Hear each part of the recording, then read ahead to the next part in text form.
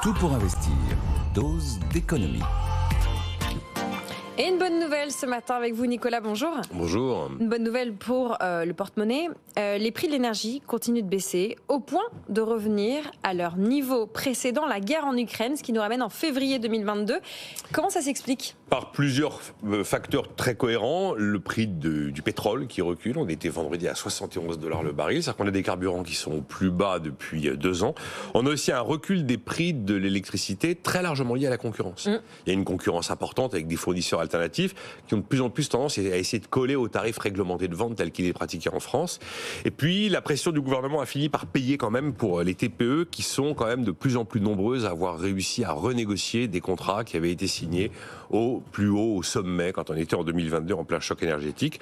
On a aussi observé, mais c'est en France et c'est très ponctuel, une petite baisse du prix du gaz en septembre. Mais si on regarde le prix du gaz depuis le début de l'année, il est quand même plus élevé qu'avant, pour une raison qui est malheureusement une raison structurelle qui ne changera pas, c'est que faire venir du gaz naturel liquéfié, c'est beaucoup plus cher en termes d'importation que de faire venir du gaz par gazoduc qui venait de Russie. Après, on a 2 facteurs au niveau mondial. La consommation chinoise qui est pas bonne, c'est le 2e consommateur de pétrole au monde. La demande est affaiblie. Et puis, on a aussi des signaux assez peu encourageants sur la dynamique de l'économie américaine, notamment les fameuses créations d'emplois. Vous avez parlé de la validité des statistiques de l'emploi américaine.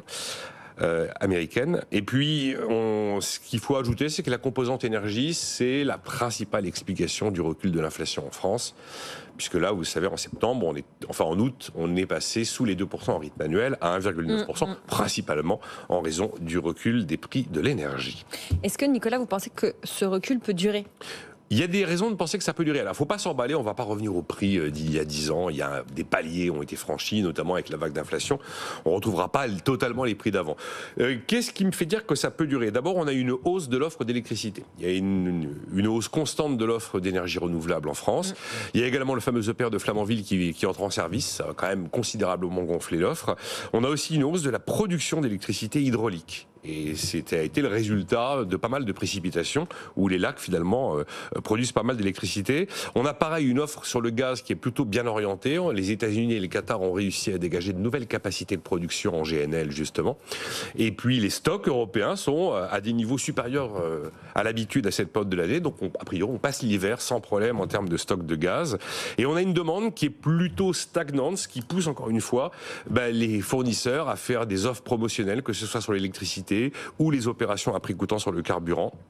Et puis on a un autre élément qui est l'euro fort. On a une hausse de l'euro et pas mal de cette énergie est achetée en dollars. Plus l'euro est fort, plus cette énergie achetée en dollars est bon marché, bien sûr, le pétrole en tête. Alors ce qui pourrait menacer cette dynamique de baisse des prix de l'énergie, ce sont les arbitrages budgétaires qui vont être pris pour 2025. Et si d'aventure il y a des hausses de taxes ou des baisses de subventions dans certains domaines concernant les sujets de l'énergie, à ce moment-là, c'est un facteur qui pourrait freiner la baisse des prix de l'énergie. Mais il y a toutes les raisons de penser que pour un petit moment encore, cette baisse des prix peut se poursuivre. Eh bien, prenons cette bonne nouvelle, déjà, telle qu'elle est. Merci beaucoup, Nicolas Dose, à retrouver tous les jours dans Tout pour investir. Avant ça, tous les jours dans Les Experts de Nicolas, de 9h à 10h. Le podcast est déjà disponible si vous voulez retrouver cette séquence.